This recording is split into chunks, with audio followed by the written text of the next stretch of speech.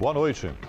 Agrava-se a cada dia a epidemia de dengue no Rio Grande do Sul. O número de mortes chegou hoje a 67 e já é o maior do que todos os anos anteriores. Você vai ver também. Brigada Militar investiga a conduta de policiais que teriam agredido mecânico na região noroeste do estado. Começam as audiências do julgamento de PMs acusados de torturar um torcedor do Brasil de Pelotas. Prisões no Rio Grande do Sul, em outros 3 estados e na Europa, levam para a cadeia 23 envolvidos em tráfico de drogas e lavagem de dinheiro. SUS disponibiliza vacina contra o HPV para crianças e adolescentes de 9 a 14 anos. Senador Luiz Carlos Reis pede licença de 4 meses para tratamento de saúde. Grêmio perde para o Huachipato e se complica na Libertadores. Hoje o Inter recebe o Real Tomaiapo no Beira-Rio pela Sul-Americana. As principais notícias do dia em instantes do Band Cidade. Fique com a gente.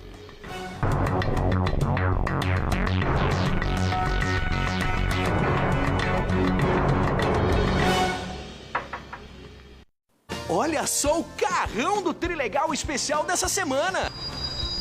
Um carro forte, carregadinho de dinheiro! Tá aí o Trilegal especial com 500 mil no prêmio principal! R$500 mil pra dar aquela virada na sua vida! Virar casa nova, carro novo, vida nova! E tem mais dinheiro nessa premiação! Trilegal especial! Com 800 mil em prêmios! Aí sim é Trilegal! Na vida, enfrentamos batalhas diárias, lutando por cada sorriso, por cada amanhã. Nós, da Casa Maria, estamos aqui para apoiá-los a cada passo na jornada pela vida. Ajude a Casa Maria. Sua doação leva muito mais que amparo. Leva fé e esperança para quem mais precisa. Ligue 3311 7077 ou acesse casamariaong.com.br e saiba mais. Band Cidade. Oferecimento Banrisul. Banrisul é um banco único porque te entende.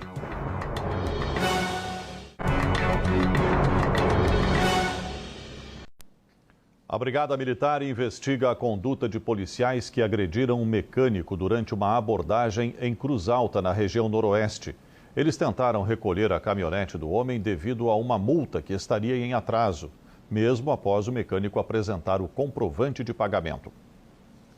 Imagens de câmeras de segurança mostram um homem de 58 anos chegando na mecânica agrícola, da qual é proprietário, seguido por 2 viaturas da Brigada Militar.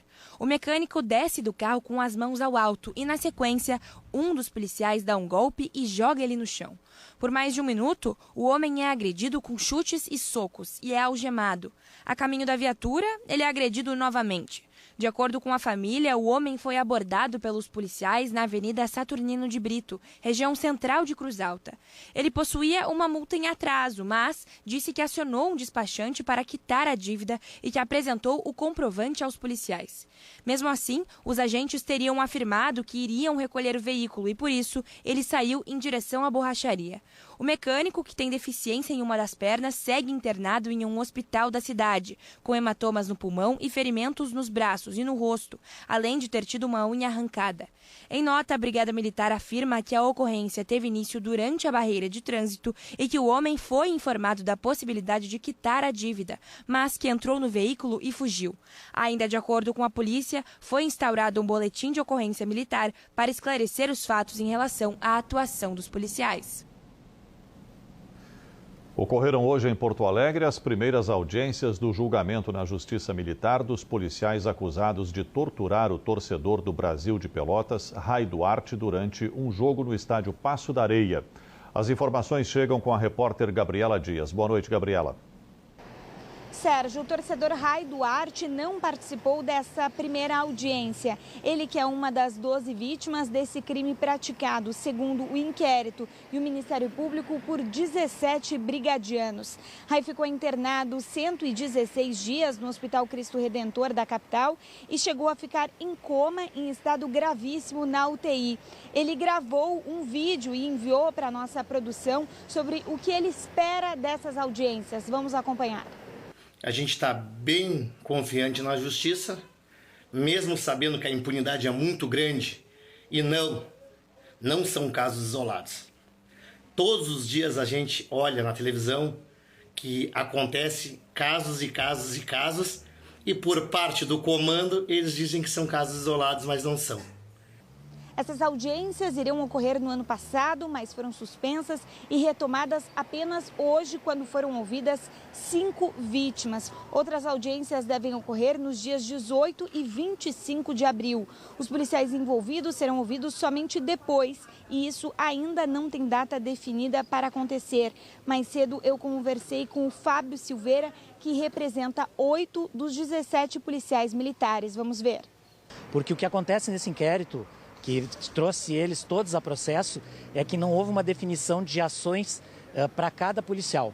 Então é muito importante o reconhecimento para que nós possamos tirar de dentro das ações aqueles que não têm nenhuma responsabilidade sobre situação alguma. Segundo a denúncia do Ministério Público, teria acontecido uma confusão entre torcedores na arquibancada e 11 homens foram detidos. Já o Rai foi retirado pelos PMs de dentro de um ônibus onde estava com outras pessoas, já para retornar ao sul do estado, e aí ele teria sido agredido. Vamos acompanhar agora uma entrevista com o advogado Rafael Martinelli, que representa todas as 12 vítimas. O caso Rai foi o mais grave, porque ele ficou internado, teve lesões gravíssimas, mas hoje aqui, para vocês terem uma ideia, nós tivemos vítimas que tiveram braço quebrado, supercílio aberto, boca cortada, diversas lesões por cacetete, vários hematomas. A gente aguarda que tenha um ambiente seguro, tranquilo, para essas vítimas poderem dar os seus depoimentos de forma mais detalhada possível, de forma mais natural,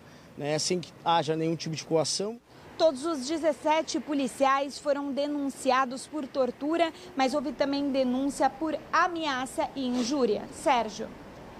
Obrigado, Gabriela. Vamos falar de um outro assunto. O padrasto e a mãe de Antony Chagas de Oliveira, de 2 anos, vão ser julgados pela morte do menino a partir de amanhã em Tramandaí, no litoral norte.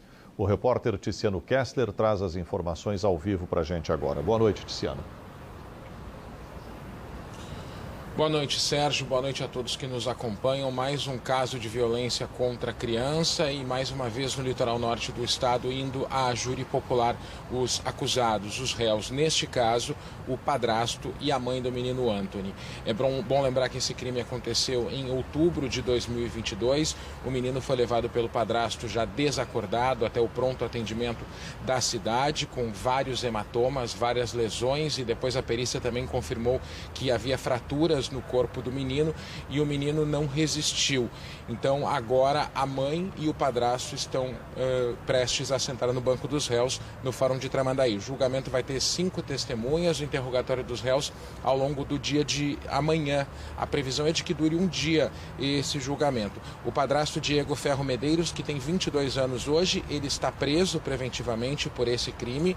Ele será julgado por homicídio triplamente qualificado, por motivo fútil, meio cruel e recurso que dificultou a defesa da vítima, e ainda por tortura na modalidade castigo contra esse menino de 2 anos. Já a mãe, Joyce Chagas Machado, de 28 anos, está respondendo pelo crime em liberdade. Ela será julgada por tortura por omissão, já que, segundo a investigação policial e a denúncia do Ministério Público, tinha conhecimento dos atos praticados pelo companheiro e não exerceu a função, não cumpriu o seu dever de proteger o filho e nem de denunciar essa situação à polícia. E esses maus tratos todos foram confirmados, como eu falei, no laudo pericial, e tudo isso deve ser apresentado pela acusação ao longo do julgamento, marcado para amanhã no Fórum de Tramandaí. Sérgio.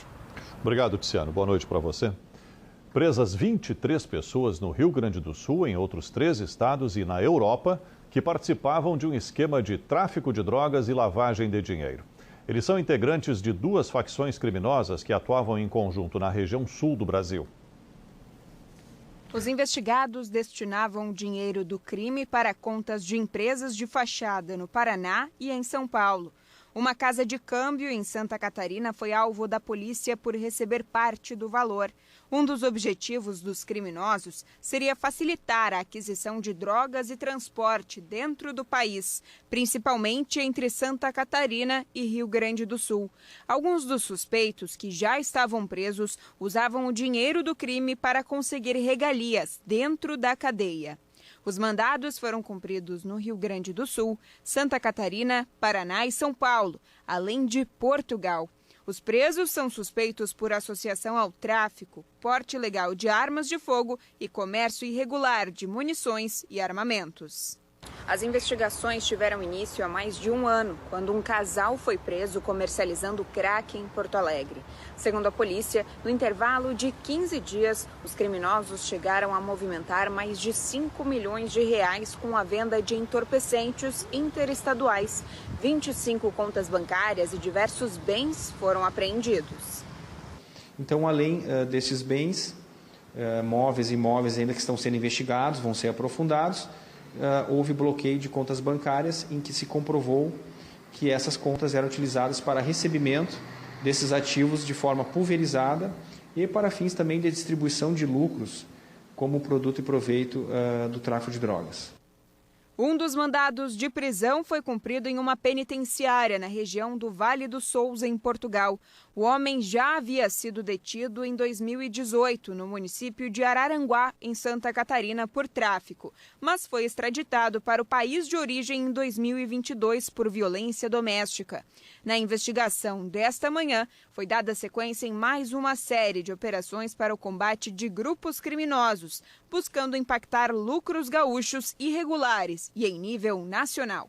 Operações em 10 estados, inclusive, em que indivíduos de outros estados, integrantes de outras facções de amplitude nacional, estão conectados, estão associados a gaúchos, até para o fim de distribuição desses lucros, pagamentos pela distribuição de drogas que vêm de fora do país e, além do pagamento por essa distribuição de drogas, a ocultação, uma segunda etapa em lavagem de capitais também.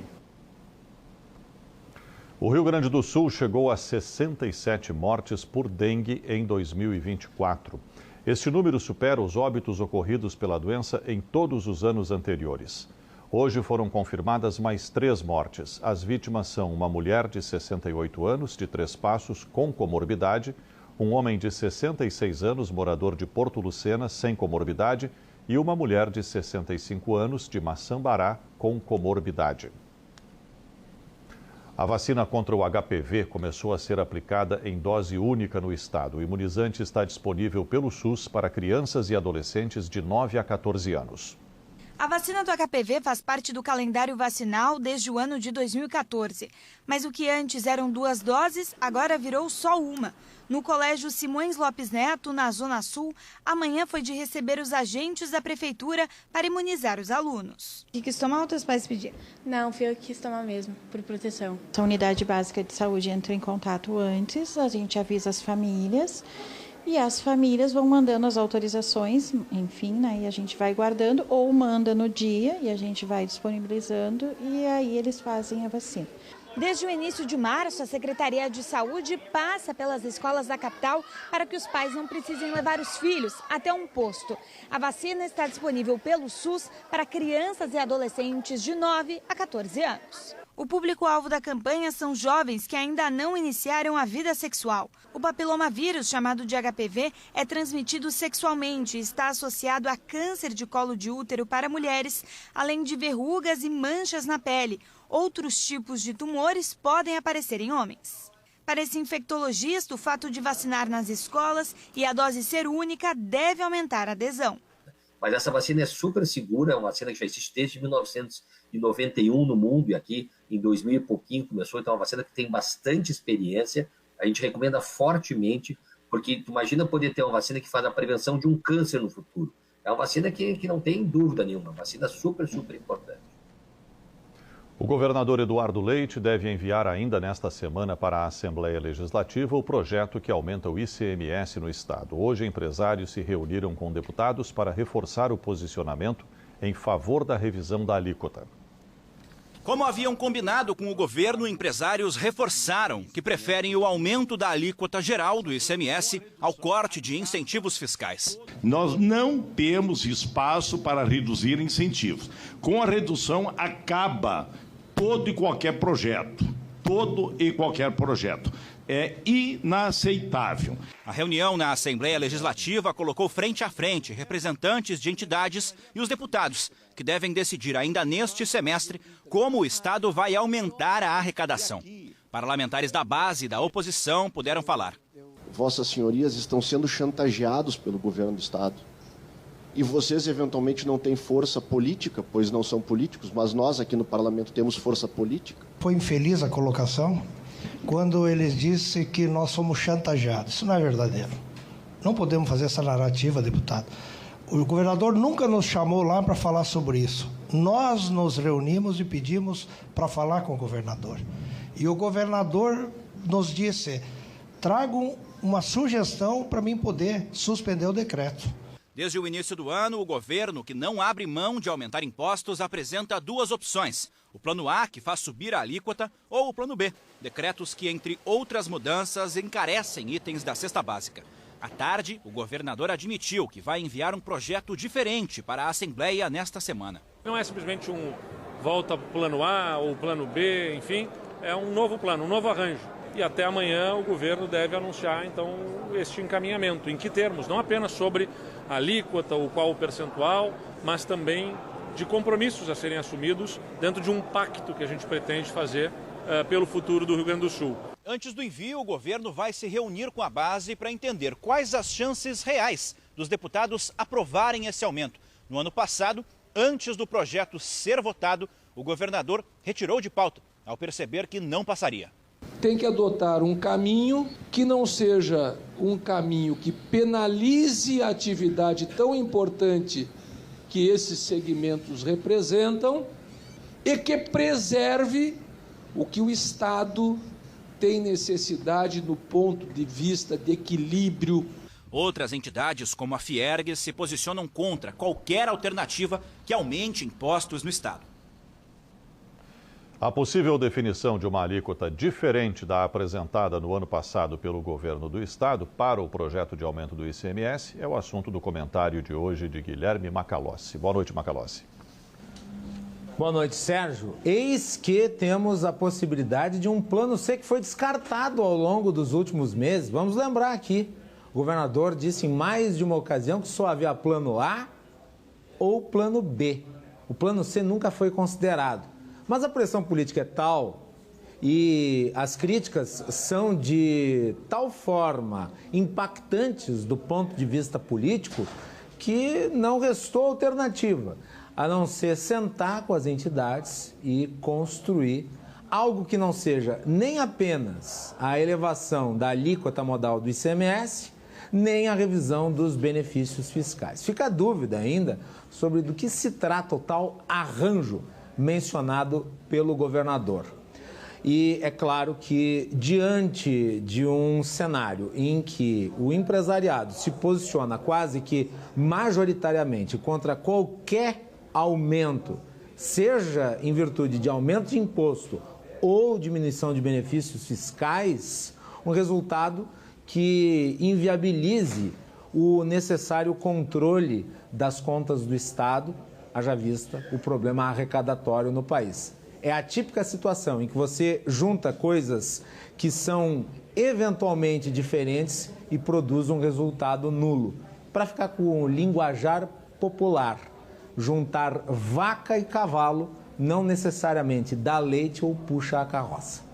De volta no estúdio. O senador Luiz Carlos Reis, do Progressistas, pediu licença e vai ficar 4 meses afastado do cargo. O senador fará um tratamento de saúde. Segundo Reis, o tratamento é preventivo. Serão sessões de fisioterapia para desenvolver o equilíbrio, a fala e a coordenação. Durante o afastamento, o mandato será exercido pelo suplente, Irineu Hort, também do Progressistas. Hort foi prefeito de Tapera, no norte do estado, por 18 anos e é presidente da Associação dos Produtores de Soja do Rio Grande do Sul.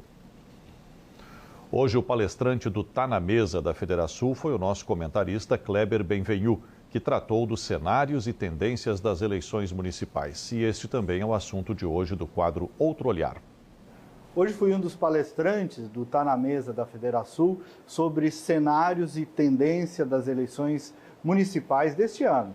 Eu e a cientista social Elis Radman.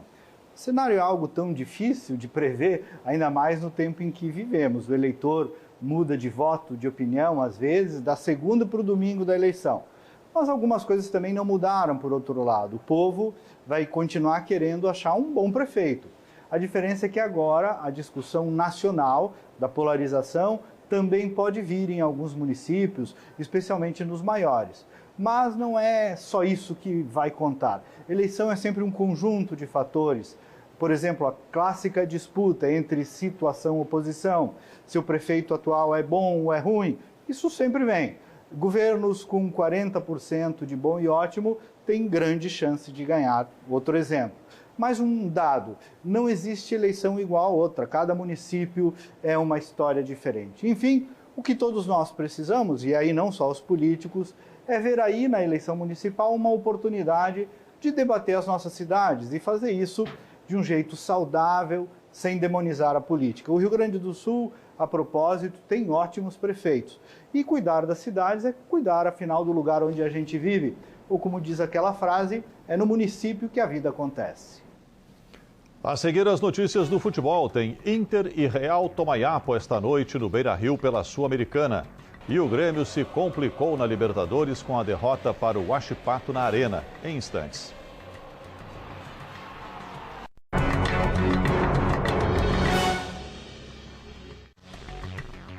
Comentário esportivo. Oferecimento Ritter Hotéis. Tradição em bem receber.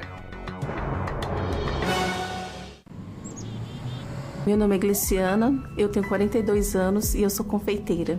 Eu sou a única dos meus irmãos que conseguiu fazer faculdade. O FIES significou a realização de um sonho. Eu já trabalhava como doceira na época, mas acabei tendo que sair. Não consegui conciliar os estudos, o trabalho e os cuidados com a minha filha, então não consegui pagar as prestações. Quando o atendente do banco me falou que eu tinha 99% de desconto, eu nem acreditei, eu fiquei muito feliz. E agora eu posso continuar investindo na minha família, no meu negócio com muito mais tranquilidade. Para ajudar mais de 1 milhão de brasileiros endividados com o FIES, o governo federal, por meio do Ministério da Educação, criou o Desenrola FIES, que concede descontos de até 99% no saldo devedor.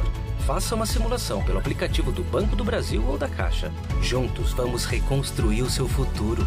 Ministério da Educação, Brasil, União e Reconstrução, Governo Federal.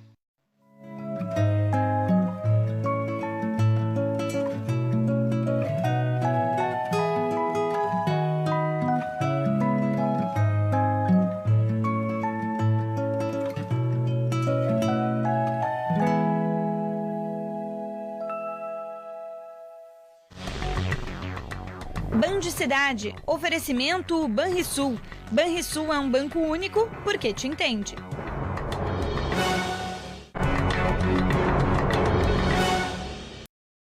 A quinta-feira deve ser de chuva no estado. Confira na previsão do tempo.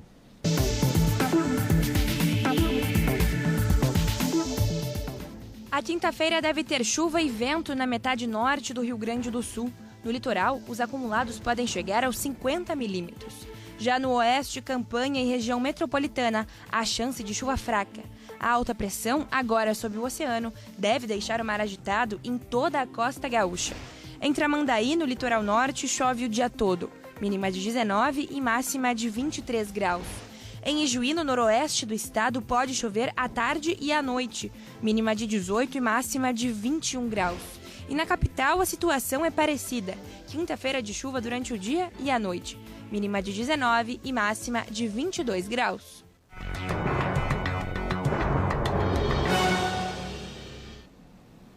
O Grêmio perdeu para o Huachipato em casa pela Libertadores. Com o resultado, o tricolor é o último colocado do grupo. O reencontro do Grêmio na Arena com a Libertadores da América não ocorreu da forma como o torcedor gremista esperava. O time tricolor viu o adversário abrir o placar no começo da partida. Felipe Loyola aproveitou o bate-rebate na área para finalizar e fazer 1-0. O Grêmio avançou as suas linhas para tentar o empate e o Huachipato mal tinha a posse de bola. A equipe do técnico Renato Portaluppi chegou a igualar o marcador em um lance confuso dentro da área. A bola sobrou para Vila Sante, que finalizou de calcanhar. VAR em ação. Marcada a irregularidade. Ainda na primeira etapa, o Huachipato ampliou. Gonçalo Montes fez 2-0 numa finalização de fora da área. O Grêmio foi para o intervalo sob vaias. O que não pode acontecer é que nem numa derrota, coisa que já aconteceu lá atrás, começarem, vai a B ou C, aí fica difícil para o treinador, né? Porque daqui a pouco o treinador não pode colocar esses caras em campo, você vai antes, e eu tenho que fazer substituições, eu vou começar a colocar quem em campo. Eu entendo que o torcedor está aborrecido. Eu também estou. Renato tirou Jeromel e Galdino para colocar PP e Gustavinho na partida. O Huachipato não se intimidou. Fim de jogo. Grêmio 0, Huachipato 2. O tricolor foi a campo com 5 mudanças em relação ao time que foi campeão gaúcho no sábado. Então vocês preferem que eu coloque o mesmo time cansado para o adversário me atropelar na parte física, ao invés de eu perder um pouquinho da parte técnica? Aí não dá, né? Aí realmente fica difícil de explicar as coisas para vocês. Faria tudo de novo no próximo jogo. E eu entendo de futebol. Pode botar. E eu entendo de vestiário, entendo quando o jogador tem condições de começar uma partida ou não. O tricolor terminou a segunda rodada da Libertadores da América na lanterna do Grupo C. Até o momento, o Grêmio não tem nenhum ponto somado na competição continental. Há 3 dias atrás, estava tudo perfeito no Grêmio. Jogador muito bons jogadores, esquema, alterações, enfim, estava tudo bem, nós somos campeões. Aí eu pergunto para vocês, 3 dias depois, está tudo errado? O grupo é ruim? O treinador não é bom? Onde nós estamos? Onde nós estamos? Claro que não são todos. Eu nem estou condenando quem está criticando, mas onde nós estamos? Quer dizer, ganha é bom. Quando não ganha, ninguém é bom.